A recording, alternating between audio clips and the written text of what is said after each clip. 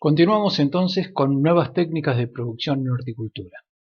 En esta segunda parte vamos a ver algunas de las técnicas que ya están en uso y otras no, como por ejemplo el injerto en hortalizas. Si bien esto fue abordado con mucha claridad en el video sobre la producción de plantines, vamos a repasar algunos de los principales puntos.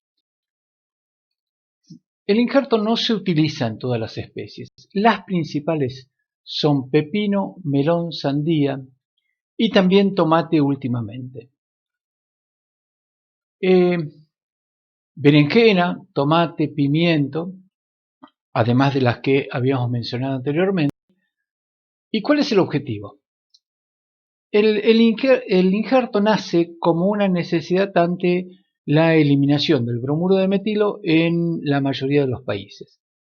Los países de lo que se llama el artículo 2, o sea, los países más desarrollados, tuvieron que eliminar antes el bromuro de metilo y por lo tanto encontrar soluciones a la producción hortícola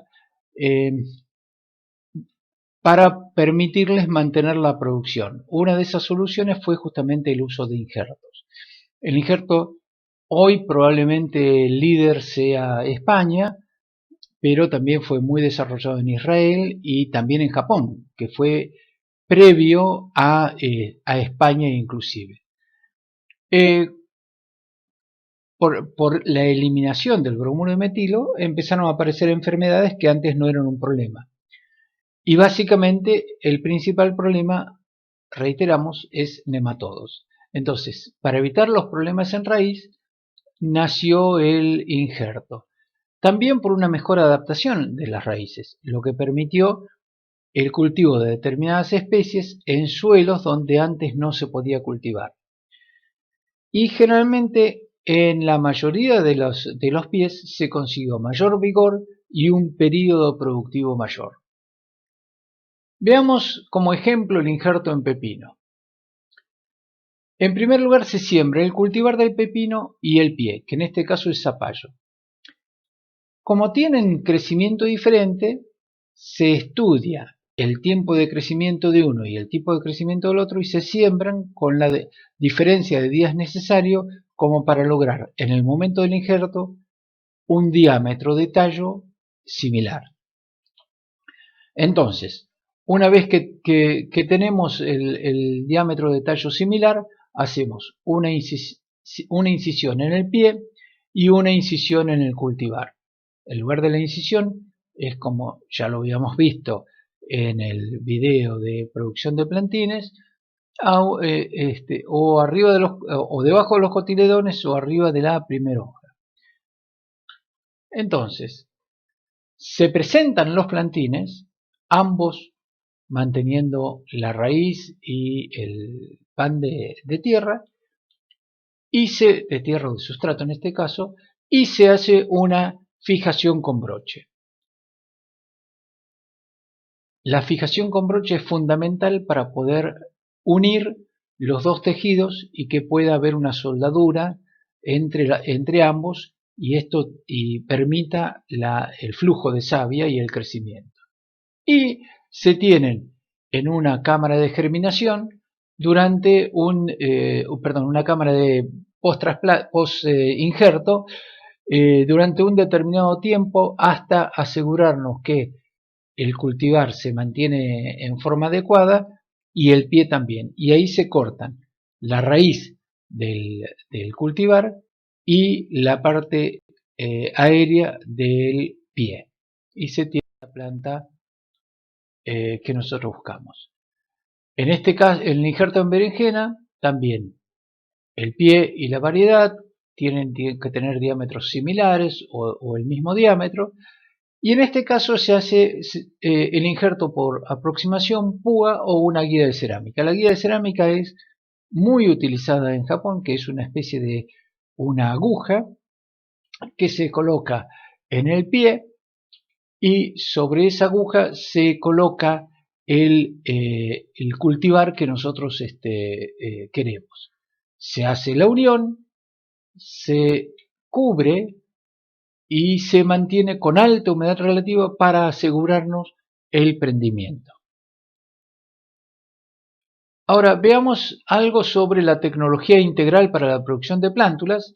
Básicamente es lo que hemos visto en el video de producción de plantines y donde buscamos la mayor eficiencia en la producción, la calidad de plantines similar, la no pérdida de semilla, el vigor de cada una de las plantas y asegurarnos que cuando las llevemos al lugar definitivo, sea un invernadero o a campo, esas plantas tengan prácticamente el 100% de seguridad tanto en el prendimiento como en la probabilidad de cosecha.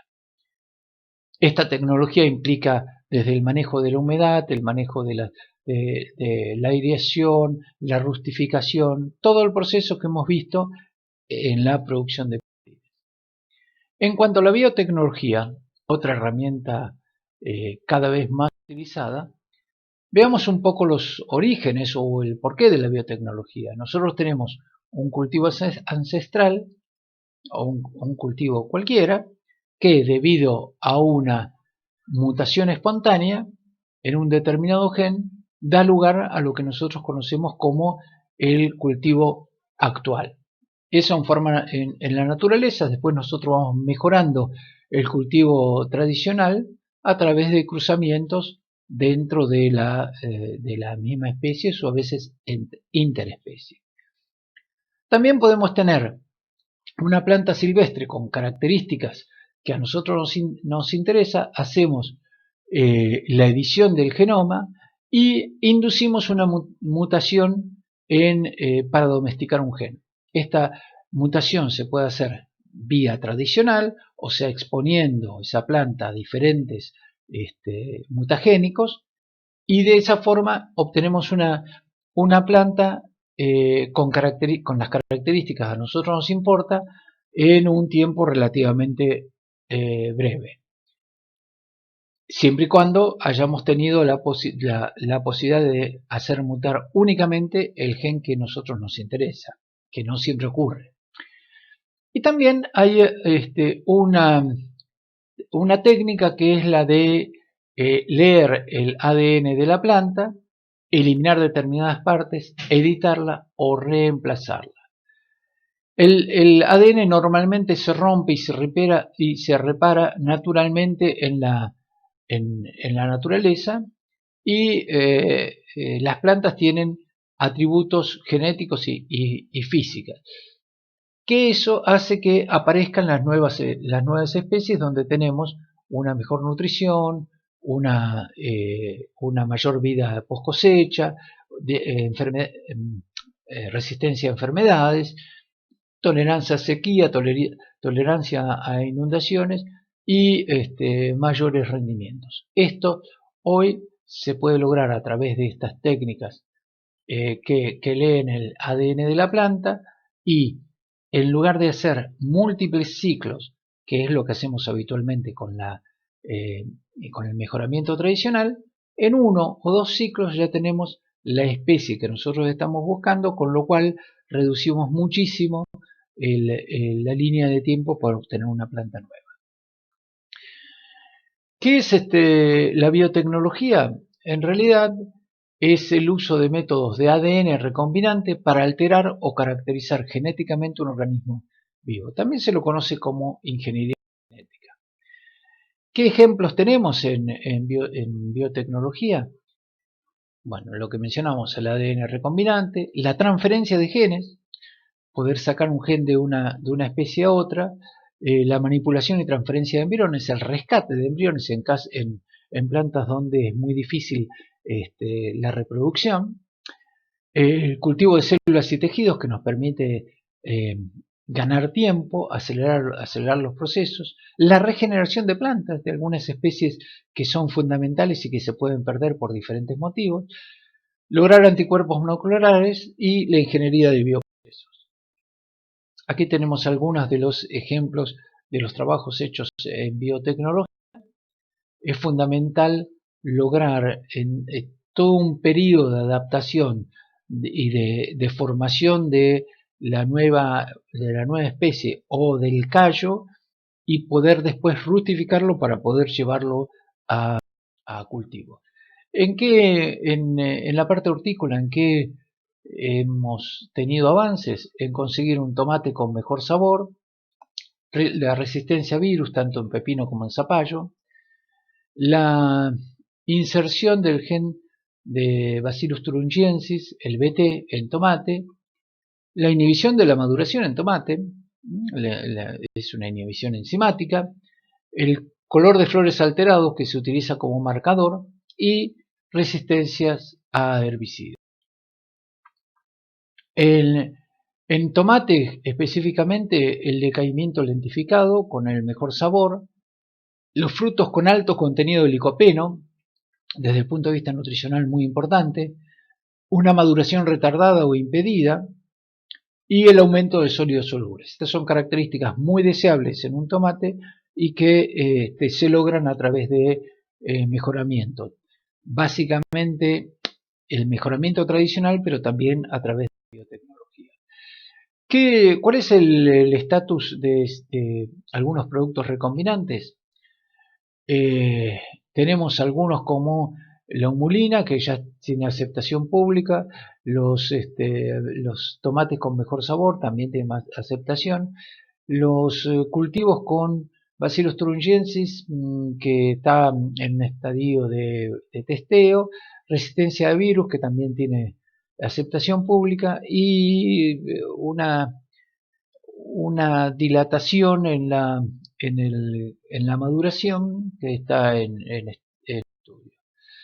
¿Qué puntos tenemos que tener en cuenta? La biotecnología no es maravillosa, la biotecnología es una muy buena herramienta, pero hay que tener en cuenta que nos tiene que asegurar la seguridad alimentaria, tiene que tener una aprobación gubernamental, o sea, de organismos que sean independientes y puedan verificar tanto los riesgos para el ser humano como los riesgos ambientales de una especie, especialmente si es transgénica.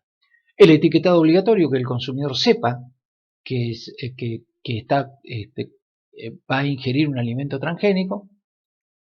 Algunos asuntos éticos, qué podemos hacer y qué no podemos hacer, y básicamente la situación del consumidor. Algunos de los puntos por los cuales se regula es que puede haber un incremento de productos tóxicos naturales, puede haber alergógenos, cuando yo tengo un alergógeno en toda una planta y puede llegar a ser muy peligroso para el ser humano. Un cambio en el nivel de los nutrientes. También desde el punto de vista de la seguridad alimentaria puede haber nuevas sustancias con las cuales hay que tener mucho cuidado, un efecto ambiental, la caracterización genética para asegurarnos que mantenemos el cambio que nosotros estamos diciendo y obviamente prácticas de bioseguridad para que no se escapen los genes que nosotros estamos tratando. Hasta aquí la segunda parte de nuevas técnicas de producción en horticultura.